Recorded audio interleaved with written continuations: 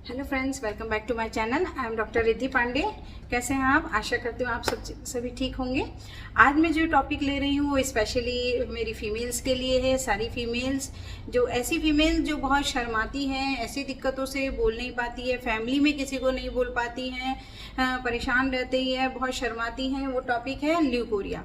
ठीक है, जिसे आम भाषा में सफ़ेद पानी की शिकायत भी कहते हैं। सफ़ेद पानी की दिक्कतें जिनको होती हैं, ल्यूकोरिया, वो ऐसी फीमेल्स जो रूरल एरिया में रहती हैं या कहीं भी रहती हैं, सिटीज़ में भी रहती हैं, तो भी वो कहीं फीमेल्स बोल नहीं पाती हैं, अपने शेयर नहीं कर पाती है दिक्कतों को, और झेले जाती हैं, परेशान रहती हैं और फिर उसको आगे तक बढ़ा देती हैं। ल्यूकोरिया को अवॉइड करते रहेंगे, पीआईडी तक हो जाएगा, पीआईडी से आगे और दिक्कतें बढ़ जाएगी। तो इसलिए आज मैं उनके लिए स्पेशली ये टॉपिक लेके आई हूँ, ताकि उनको पता चले कि होम्योपैथी में इसका कितना अच्छा ट्रीटमेंट होता है और वो सेफ होता है और परमानेंट होता है। इसलिए प्लीज़ ध्यान से देखिएगा पूरा वीडियो और आप इसको अप्लाई करिएगा और मुझे बताइएगा। ठीक है, अब मैं देरी नहीं करूँगी, बात आते हैं ल्यूकोरिया। ल्यूकोरिया किसे कहते हैं? ल्यूकोरिया जो होता है एक फीमेल जो होता है, एक पर्टिकुलर वाइट डिस्चार्ज होता है, सफ़ेद पानी की शिकायत होती है, फीमेल से सफ़ेद पानी निकलने लगता है। इट कैन बी फिजियोलॉजिकल और पैथोलॉजिकल। फिजियोलॉजिकल भी हो सकता है और ये पैथोलॉजिकल भी हो सकता है। फिजियोलॉजिकल ल्यूकोरिया कब होता है? ये पर्टिकुलर टाइम पे होता है। जैसे फर्स्ट जो है, सबसे पहले जो टीनेज होते हैं, 12 से 13 ईयर्स की एज होती है, उस टाइम पे ल्यूकोरिया होता है। वो ल्यूकोरिया कुछ टाइम बाद में ठीक हो जाता है। ठीक है, फिर आता है अपने प्यूबर्टी पे। प्यूबर्टी पे जब 16 से 18 साल की उम्र होती है, ऐसी फीमेल्स, कुछ फीमेल्स को हार्मोनल चेंजेस के कारण ल्यूकोरिया होता है। फिजियोलॉजिकल है, अपने आप थोड़े टाइम में ठीक हो जाता है, उसके लिए कोई मेडिसिन की आवश्यकता नहीं होती। ठीक है, फिर आता है ड्यूरिंग प्रेगनेंसी। प्रेगनेंसी में वही हार्मोनल जो है इम्बैलेंस होता है, एस्ट्रोजन हार्मोन इंक्रीज होता है। एस्ट्रोजन हार्मोन इंक्रीज होने से या और भी हार्मोन के जो है इम्बैलेंस होने से, हार्मोन के इम्बैलेंस होने से जो होता है ल्यूकोरिया की शिकायत प्रेगनेंसी में भी होती है, वो नॉर्मल है, फिर ठीक हो जाता है। ठीक है, उसके बाद में आता है एट द बर्थ। जब बच्चा जन्म लिया है, उस जन्म लिए हुए बच्चे को, इन्फेंट को भी ल्यूकोरिया की शिकायत हो जाती है। कई बार देखा है आपने, इन्फेंट्स होते हैं, उनको सफ़ेद पानी सा उनके जो होता है वजाइनल पार्ट में लगा होता है, वो 2 से 3 दिन में अपने आप ठीक हो जाता है। उसके लिए भी कोई मेडिसिन की ज़रूरत नहीं होती, कोई चिंता की आवश्यकता नहीं है। ठीक है, लेकिन ये ल्यूकोरिया पैथोलॉजिकल कब बनता है? पैथोलॉजिकल जब बनता है ये ल्यूकोरिया, जब ये आपको दिक्कत करने लगता है आपके वजाइनल पार्ट में, आपका जो नीचे का एरिया है, तो वहाँ पे जो है वो आपको इरिटेशन होने लगेगी, खुजली होने लगेगी, और एकदम कोई भी सिम्टम हो सकते हैं, लाइक आपको एक्रिडिटी, छिलने जैसा लगेगा, जलन होने लगेगी, आपको यूरिन में दिक्कत होने लगेगी। यूरिन में अगर दिक्कत, यूरिन कर रहे हैं तो पेन होने लगेगा, कभी कभार ये होता है। ऑर्डर होगा, कुछ भी स्मेल हो सकती है। ल्यूकोरिया अगर अति स्मेल आ रही है, बहुत ज़्यादा गंध आ रही है, तब वो पैथोलॉजिकल हो जाएगा और जो है आपको दिक्कत करने लग जाएगा, जैसे मैंने बताया।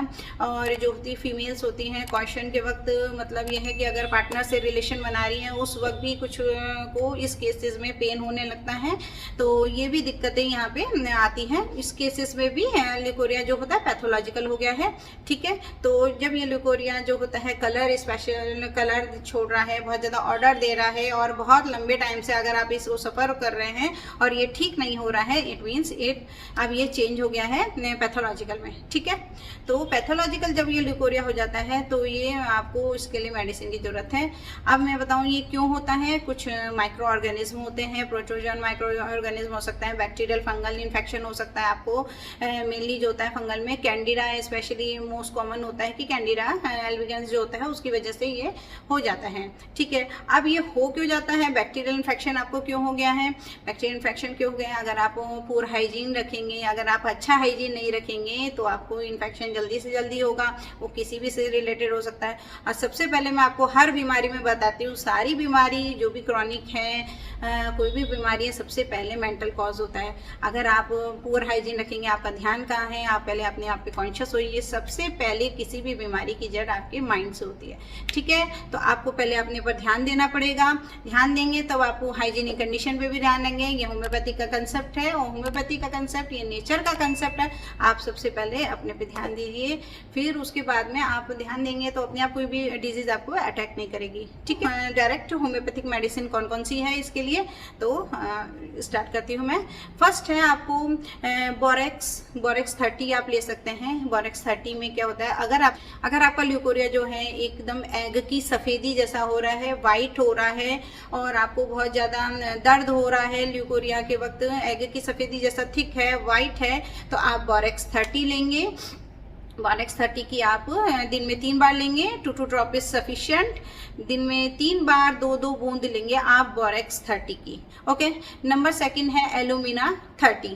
एलुमिना 30 कब लेंगे, जब आपको पानी जैसा ल्यूकोरिया हो रहा है, पानी जैसा वाइट डिस्चार्ज हो रहा है, एकदम लग रहा है कि ऊपर से लेके नीचे तक बह रहा है और आपको जो है उसमें आपको एक्रिड लग रहा है, बहुत ज़्यादा जलन हो रही है, लग रहा है आपका जो नीचे का पार्ट है, वजाइनल पार्ट है, वो जो है आपको बहुत ज़्यादा जल रहा है, छिल रहा है, तब आप एलुमिना 30 लेंगे और वो भी दिन में 3 बार और 2 बूंद इज सफिशिएंट, ओके।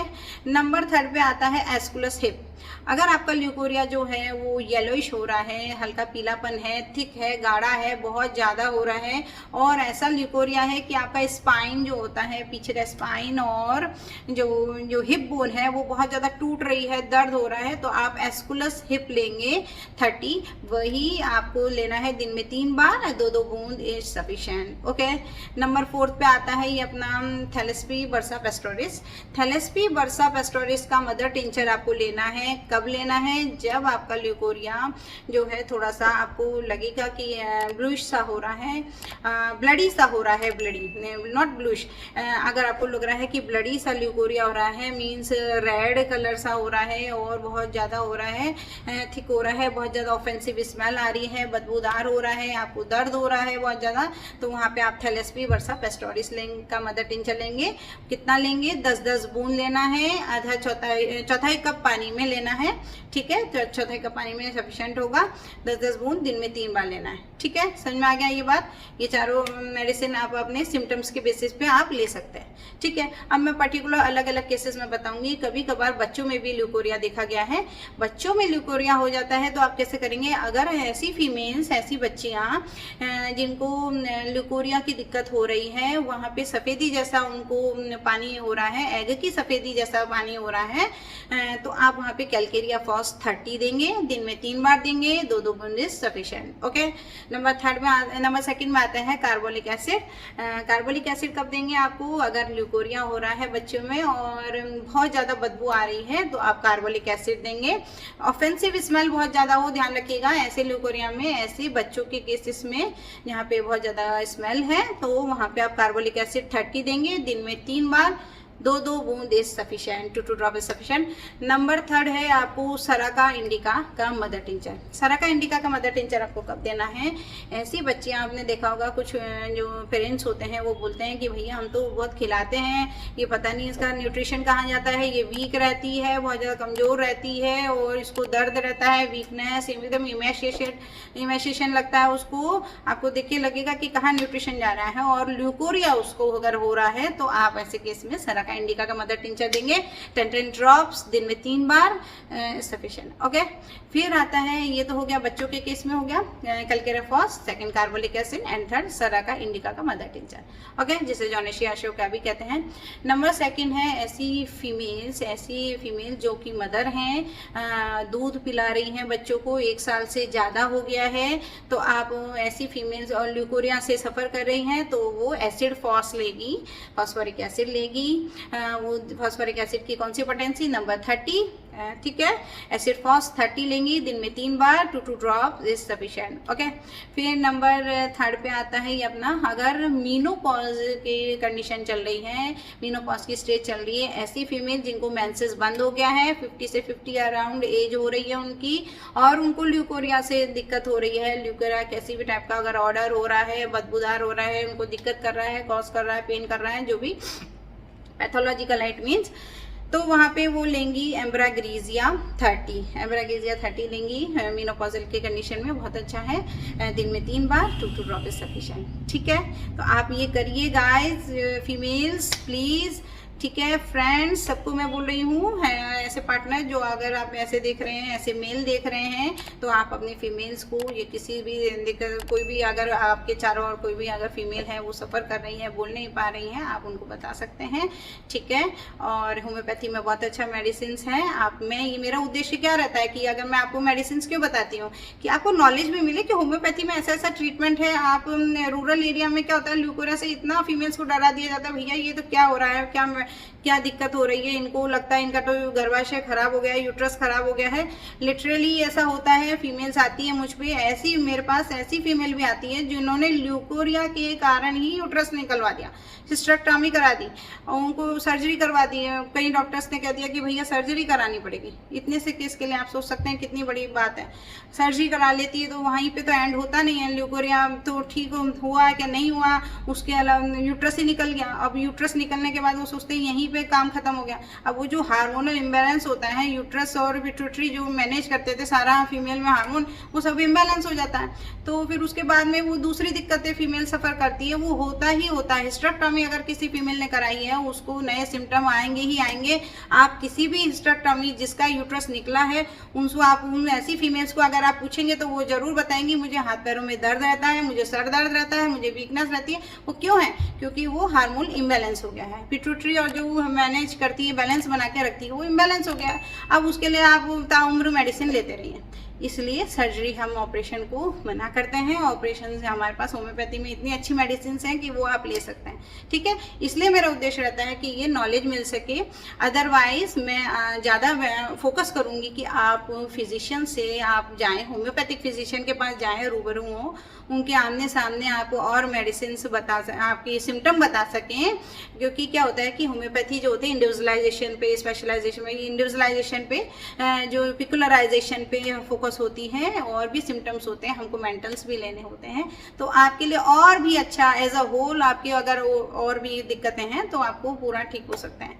ठीक है, तो आपको ये इन्फॉर्मेशन मिलती है, ऐसे स्टूडेंट्स नॉलेज के लिए भी आप पता कर सकते हैं, तो ये यूज़फुल हो सकता है। अब आप मुझे कमेंट में ज़रूर बताइए किस किस को इससे लाभ मिला, आप ये यूज़ करिए।